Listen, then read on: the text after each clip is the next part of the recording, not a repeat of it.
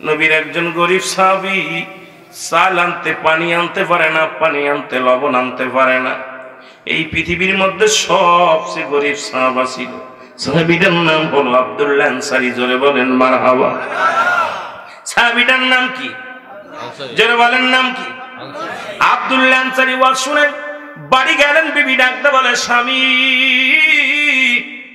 রাহমাতুল লিল আলামিন কি ওয়াজ করছে আপনি একটু বলেন। মারা বলেন না।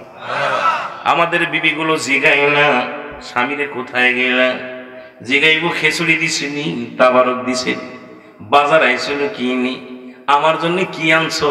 কিন্তু বিবির নবীর সাহাবীদের বিবিগণ কেমন ছিল, আল্লাহর নবী কি ওয়াজ করছে স্বামীরে আমাকে একটু বলো, আমি একটু জানতে চাই। আব্দুল্লাহ আনসারী চোখের পানিগুলো ছেড়ে দিয়া বলে, বিবি রাহমাতুল লিল আলামিন ওয়াজ করছে, কোন ব্যক্তি যদি 5 ওয়াক্ত সালাত 5 ওয়াক্ত নামাজ সময় মতো কিয়ামত আদায় করতে পারে, রাহমাতুল লিল আলামিন তার সঙ্গে করে জান্নাতে নিয়ে যাবে। সুবহানাল্লাহ। আরো জোরে সুবহানাল্লাহ। আব্দুল্লাহ আনসারী বলে, স্বামী আপনার দুটি পায়ে ধরে বলতেছি রে স্বামী, আপনার কাছে আমি জীবনে কিচ্ছু চাই না, বাড়ি চাই না, গাড়ি চাই না, অলংকার চাই না, দামি শাড়ি চাই না, আপনার কাছে ভালো খাবার চাই না রে স্বামী। আমি আপনি আমার স্বামী, আমি আপনার বিবি। স্বামী রে, আপনার কাছে একটা মাত্র দাবি আমি করে যাই, আমি আপনার বিবি হইয়া ছোট্ট একটা দাবি করব, আপনি আমাকে এতটুকু সময় দিবেন, আমিও যেন সময় মতো 5 ওয়াক্ত সালাত আদায় করতে পারি।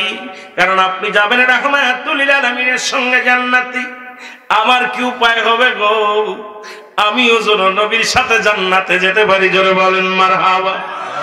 আর একটু জোরে বলেন মারহাবা। আমি বক্তা ওয়াজ করি, আমার বিবি কয়, কত টাকা পাইছো শাড়ি আনবা, কত টাকা পাইছো বালা আনবা, কত টাকা পাইছো গাড়ি কিনে দাও, বাড়ি কিনে দাও।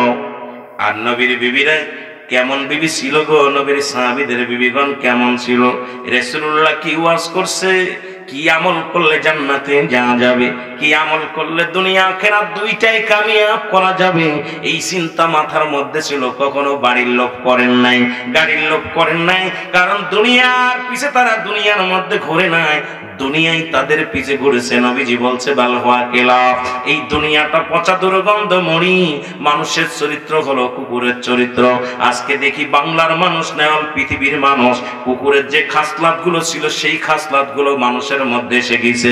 এখন দুনিয়ার মধ্যে সুদ, ঘুষ, ব্যভিচার, অন্যায়, জুলুম বেড়ে গেছে। কারণ যেগুলো থাকার দরকার ছিল কুকুরের মধ্যে, সেইগুলো মানুষের মধ্যে, আমাদের মধ্যে আগমন করেছে। রে মুসলমান, ঈমান নিয়ে কেমনে কবরে যাব, বড্ড ভয় করে। জোরে জোরে চিল্লায় বলেন ঠিক কিনা। আল্লাহর নবীর পাশে সাহাবী আব্দুল্লাহ আনসারী প্রতিনিয়ত নামাজ আদায় করে গো। রাহমাতুল লিল আলামিন একদিন সালাম ফিরাইলেন, আসসালামু আলাইকুম ওয়া রাহমাতুল্লাহ, আসসালামু আলাইকুম ওয়া রাহমাতুল্লাহ। নবী ডাকতে বলে, আমার সাহাবীরা রে, আমি আজ কদিন লক্ষ্য করে আমার আনসারীরে দেখতে পাই না, আমার আনসারীরে আমি কেন দেখতে পাই না তোমরা বলো। সাহাবীরা বলে, ইয়া রাসূলুল্লাহ, ইয়া হাবিবাল্লাহ, হয়তো দুনিয়ার কোন প্রেমে পড়ে গেছে, কোন বিবির প্রেমে পড়ে গেছে, সংসারের মায়ায় পড়ে গেছে, ছেলেদের মায়ায় পড়ে গেছে। আমার নবী বলে, সাহাবীরা রে, তোমার ভাইয়ের বিরুদ্ধে সমালোচনা করো না, আমি নবী নিজেই যাব। আমার আনসারী কেন নামাজ আদায় করে এত দ্রুত মসজিদ থেকে বাইর হয়ে যায়, আমি নিজেই খবর নিব। জোরে জোরে চিল্লায় বলেন মারহাবা। আর একটু জোরে। আল্লাহর নবী নামাজ আদায় করে চলে গেলেন, আনসারীর বাড়ি সালাম দেন, আসসালামু আলাইকুম আহলাল বাইত। ঘরের মধ্যে কেউ শুনি, উত্তর দিলেন না, তিনবার সালাম দিলেন আনসারীর বাড়িতে রাহমাতুল লিল আলামিন, একটা সালামের জবাব আসলো না। আল্লাহ নবীজি মনে কষ্ট পেয়ে ফিরে আসলেন। পিছন থেকে আনসারী তিনবার সালাম দেয়, আলাইকুম আসসালাম ইয়া রাহমাতাল লিল আলামিন, ওয়ালাইকুম আসসালাম ইয়া রাসূলুল্লাহ, ওয়ালাইকুম আসসালাম ইয়া হাবিবাল্লাহ। জোরে বলেন মারহাবা। আর একটু জোরে বলেন মারহাবা। আল্লাহর নবী বলেন, আনসারী রে, আমি নবী 3 বার সালাম দিয়েছিলাম, তুমি 3 বার উত্তর দিলাম, তার মানে আর বুঝতে বাকি নাই তুমি সালাম তুমি কানে শুনেছিলে কিন্তু উত্তর দাও নাই। আজকে মুসলমান হয়ে একজনের বাড়ি প্রবেশ করতে হলে সালাম বিনিময় করা লাগবে। এটা রাহমাতুল লিল আলামিন শিক্ষা দিয়েছেন। এইজন্যই বলছেন হায়াতি খায়রুল লাকুম ওয়া মামায়াতি খায়রুল লাকুম। আল্লাহর নবী কয়, উম্মতিরা, এই দুনিয়ার মধ্যে আমি আগমন করেছি আমার উম্মতের কল্যাণের জন্য। শরীয়ত, তরিকত, হাকিকত, নামাজ, রোজা, হজ, যাকাত, ইসলাম, ঈমান, ইহসান, কালেমা, নামাজ, রোজা, হজ, যাকাত, বাজানরে গভীর মনোযোগ, আগুন, পানি, মাটি, বাতাস, এ মুসলমান সব শরীয়ত তরিকাতের বিধান সব কিছু শিক্ষা দেওয়ার জন্য যুগে যুগে অসংখ্য নবীগণ আছে। সর্বশেষে রাহমাতুল লিল আলামিন আল্লাহ পাঠাইছে। আমার নবী বলেন, হায়াতি খায়রুল লাকুম, আমার হায়াতের জিন্দেগিটা হলো আমার উম্মতের জন্য কল্যাণ স্বরূপ। জোরে জোরে বলেন মারহাবা। আওয়াজ শুনে মনে হয় আপনাদের কষ্ট হচ্ছে না। এ নবী মুহাম্মদ সাল্লাল্লাহু আলাইহি,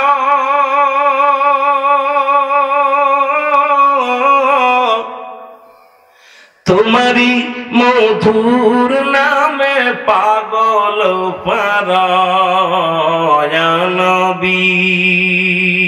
মারহাবা বলেন।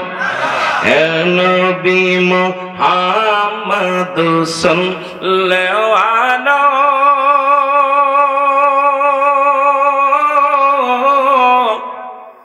তোমারি মধুর নামে পাগল ফারায় নবী। আপনার প্রশংসা করে স্বয়ং আল্লাহ তাআলা,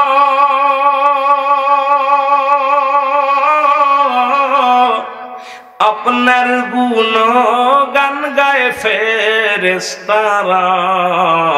এ নবী, জোরে বলেন মারহাবা।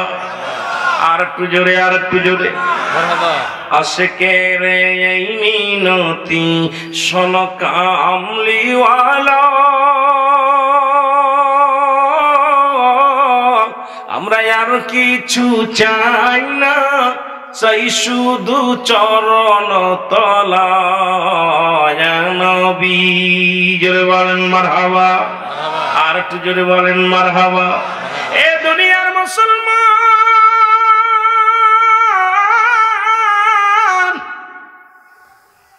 আমি যে কথাগুলো বলতেছি দিলের কান্ডা লাগা শুনবেন। হয়তো বেশি ডিবে আলোচনা করতে পারবো না, সময়ের অভাবের মুসলমান সময় দিতে পারবো না বেশি, এই জন্য আমি ডিবে যেতে পারবো না। অল্প কথা বলে যাবো না মুসলমান। এ জীবন জীবন নয়, এমন একটা জীবন আসবে যে দেশে গেলে মানুষের বিচার হয়, যে দেশে গেলে মানুষের হিসাব হয়, যে দেশে গেলে মানুষ আর কোনোদিন ফিরে আসে না। আমরা সেই দেশের জাতি। জোরে বলেন ঠিক কি না? আল্লাহর নবী ডাক দিয়ে বলেন, আনসারী, আনসারী রে,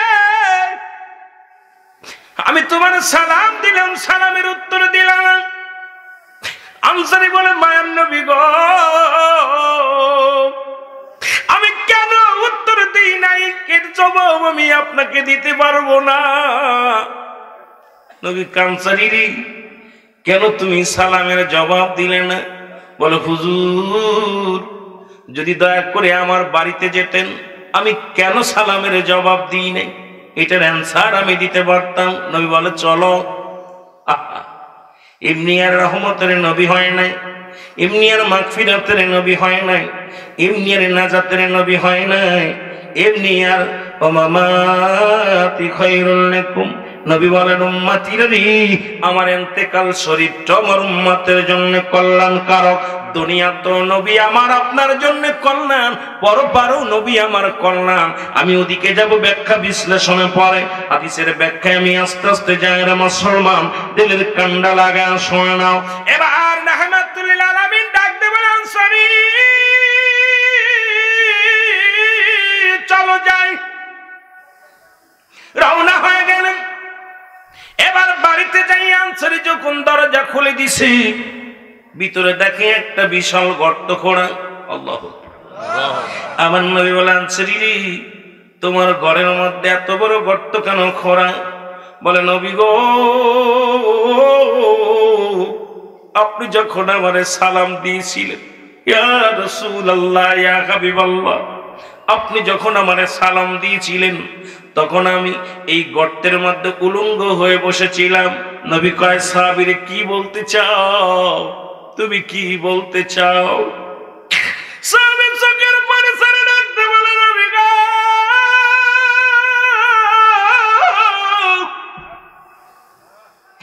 আপনি সেদিন ওয়াজ করলেন কোন ব্যক্তি 5 ওয়াক্ত সালাত, 5 ওয়াক্ত নামাজ সময় মতো যে ব্যক্তি আদায় করতে পারবে, আপনি নবী তার জান্নাতে নিবেন সঙ্গে করে।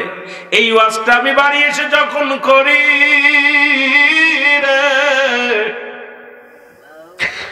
আমার বিবি আমার হাতটা ধরে চোখের পানি ছেড়ে বলেছিল, স্বামী রে, দুনিয়ায় টাকা চাই না, খাবার চাই না, দুনিয়ার কোনো বালাখানা চাই না, আপনি আমাকে একটু সুযোগ দিবেন, আমিও যেন 5 ওয়াক্ত সালাত আদায় করতে পারি সময় মতো। ইয়া রাসূলুল্লাহ, ইয়া হাবিবাল্লাহ, নবী গো, যখন আজান পড়ে যায় আমি আনসারী দৌড়ে যাই। আমার বিবি তখন উলঙ্গ হয়ে গর্তের মধ্যে বসে থাকে, স্বামী স্ত্রী মিলে একটা মাত্র কাপড়। যখন আমি আপনার পিছে সালাত আদায় করি, সালাম ফিরে দৌড়ে বাড়ি আসি, আমি আবার গর্তের মধ্যে ঢুকে যাই, কাপড়টা খুলে দিই, আমার বিবি কাপড়টা পরিধান করে নামাজে দাঁড়ায় যায়। ইয়া রাসূলুল্লাহ, ইয়া হাবিবাল্লাহ, আর আমি যখন নামাজে যাই আমার বিবি উলঙ্গ হয়ে গর্তের মধ্যে বসে থাকে। ইয়া রাসূলুল্লাহ, ইয়া হাবিবাল্লাহ, এই জন্য আমি সময় দিতে পারি না, দৌড়ায় বাড়ি আসি। আমার নবী একটা চিৎকার করে ডাক দিয়ে বলে, আনসারীরা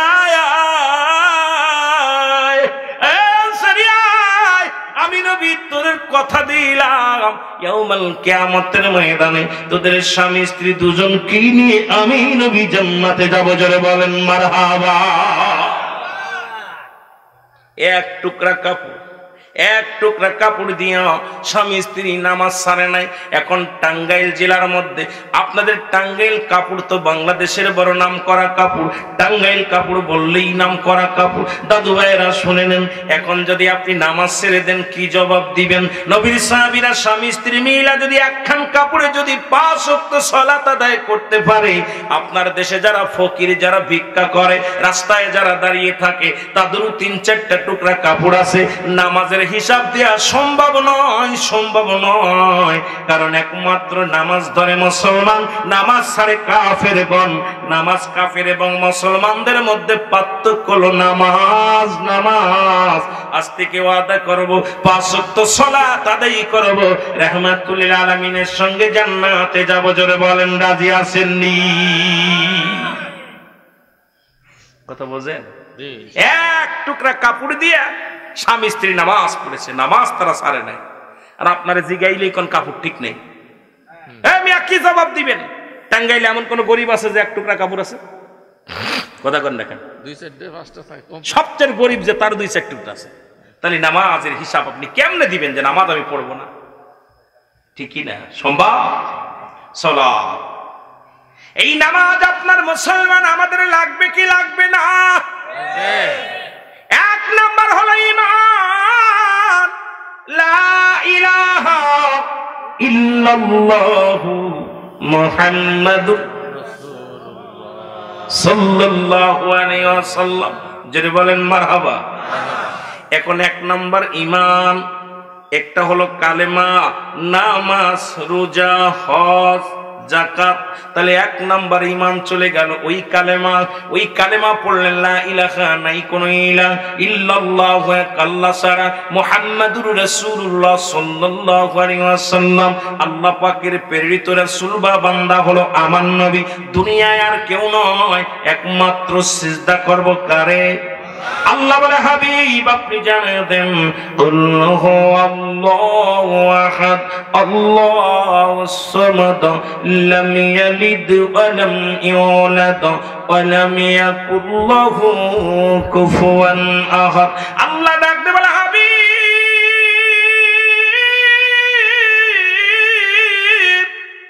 আপনি ওদের জানিয়ে দেন আমি আল্লাহ এক। আমার নবীও বলে আমার আল্লাহ এক। ঠিক কিনা? ঠিক কিনা? কথা বোঝেন? জি। কষ্ট হচ্ছে? না না, আমি অল্প সময় বলেছি, আপনাদের বুঝতে হবে, অনেক ওয়াজ করতে হবে অল্প সময়ের মধ্যে। আল্লাহ বলে হাবিবরে জানায়া দেন আমি আল্লাহ এক, আমার আর দ্বিতীয় নাই।